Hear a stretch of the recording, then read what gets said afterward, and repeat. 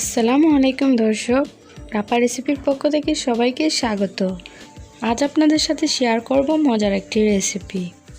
খুবই সহজভাবে রুই মাছের মাথা দিয়ে কিভাবে মুড়ি ঘন্ট তৈরি করা যায় সেই রেসিপিটি। আশা করছি আমার ভিডিওটি আপনাদের ভালো লাগবে। ভালো লাগলে অবশ্যই শেষ পর্যন্ত দেখতে থাকুন। রুই মাছের মাথা দিয়ে এই মুড়ি ঘন্টের রেসিপি কিন্তু অনেক মজা। আপনারা একবার হলেও বাসায় তৈরি করে খেয়ে দেখতে পারেন, বাসার সবাই পছন্দ করবে।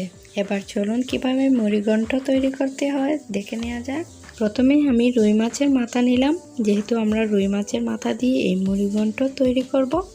আপনারা চাইলে যে কোনো বড় মাছের মাথা দিয়ে এই মুড়ি ঘন্ট তৈরি করতে পারেন।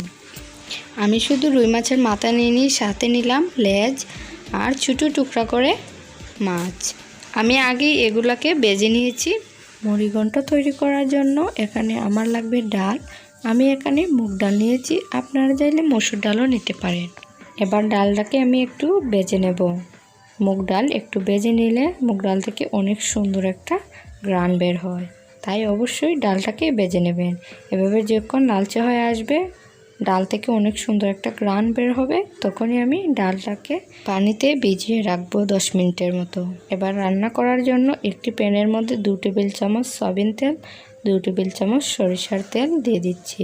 তেলটা যখন হালকা একটু গরম হয়ে আসবে তখন 1/2 টেবিল চামচ আস্ত জিরা দিয়ে দিলাম। সাথে কিছু গরম মশলা অ্যাড করছি, 4টা এলাচ, 2 টুকরা দারচিনি, একটা তেজপাতা ছিঁড়ে নিয়েছি, 5-6টি লবঙ্গ, 5-6টি গোলমরিচ অ্যাড করলাম। এবার এগুলোকে একটু ফোড়ন দেওয়ার পর দিয়ে দিচ্ছি মাঝারি সাইজের একটা পেঁয়াজ কুচি।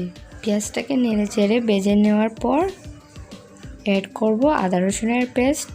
আর পেঁয়াজটা কিন্তু নরম হয়ে আসলেই আমি এখানে আদা রসুনের পেস্ট অ্যাড করব। পেঁয়াজটাকে একেবারেই লালচে করা যাবে না। এবার আদা রসুনটা একটু কষিয়ে নিচ্ছি। কষানো হয়ে গেলেই এখানে আমি গুঁড়া মশলাগুলো অ্যাড করব। প্রথমে দিয়ে দিচ্ছি 1 টেবিল চামচ মরিচের গুঁড়া, 1 টেবিল চামচ জিরা গুঁড়া, 1 টেবিল চামচ ধনিয়া গুঁড়া, 1 টেবিল চামচ হলুদের গুঁড়া, 1/2 টেবিল চামচ গরম মশলার গুঁড়া, আর দিয়ে দিচ্ছি স্বাদ মতো লবণ। এবার সবগুলো মশলা একসাথে নেড়ে চেড়ে ভেজে নিচ্ছি। ভেজে নেওয়া হয়ে গেলেই অল্প পরিমাণ পানি অ্যাড করব, যেহেতু এখানে গুঁড়া মশলা অ্যাড করেছি, পুড়ে যাওয়ার চান্স আছে। পুড়ে গেলে যে কোনো খাবারেরই স্বাদটা কিন্তু ভালো আসে না। পানিটা দিয়ে আবারও নেড়ে একটু কষিয়ে নিচ্ছি।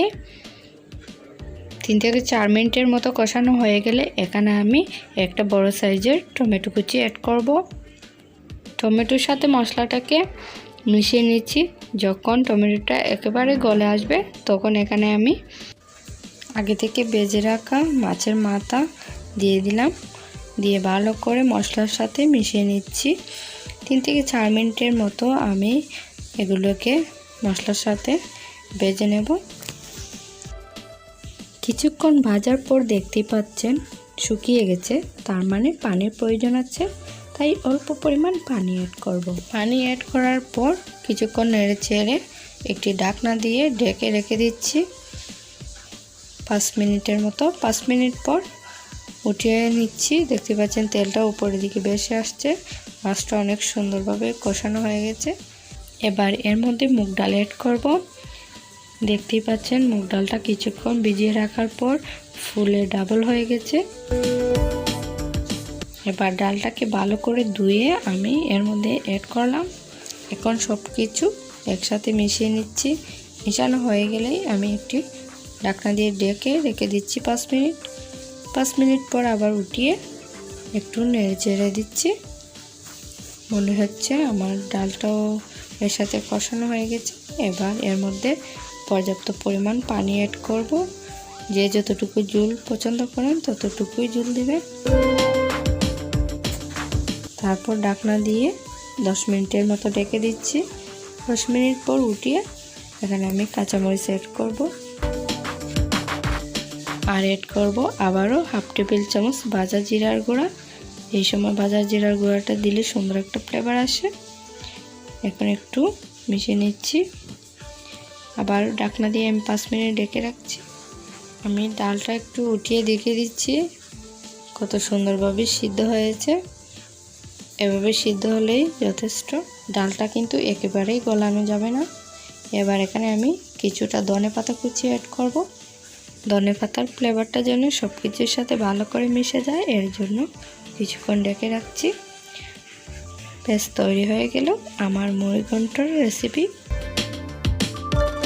আপনারা মুড়ি ঘন্টর কালারটা দেখেই বুঝতে পারছেন এর স্বাদটা কেমন হবে। দেখতে যেমন সুন্দর হয়েছে, খেতেও কিন্তু ইয়ামি।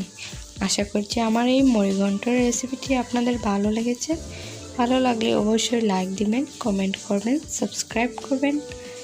এর চেয়ে বেশি ভালো লাগলে ফ্রেন্ডদের সাথে শেয়ার করবেন। বাসায় একবার হলেও কিন্তু আমার রেসিপিটি ফলো করে আপনারা এই মুড়ি ঘন্টটি তৈরি করবেন। আর খেতে কেমন হয়েছে আমাকে আমার কমেন্ট বক্সে জানাবেন। যারা এতক্ষণ আমার ভিডিওটি দেখেছেন তাদেরকে ধন্যবাদ। আর যারা অলরেডি আমার চ্যানেলকে সাবস্ক্রাইব করে রেখেছেন তাদেরকে অসংখ্য অসংখ্য ধন্যবাদ। আল্লাহ হাফেজ।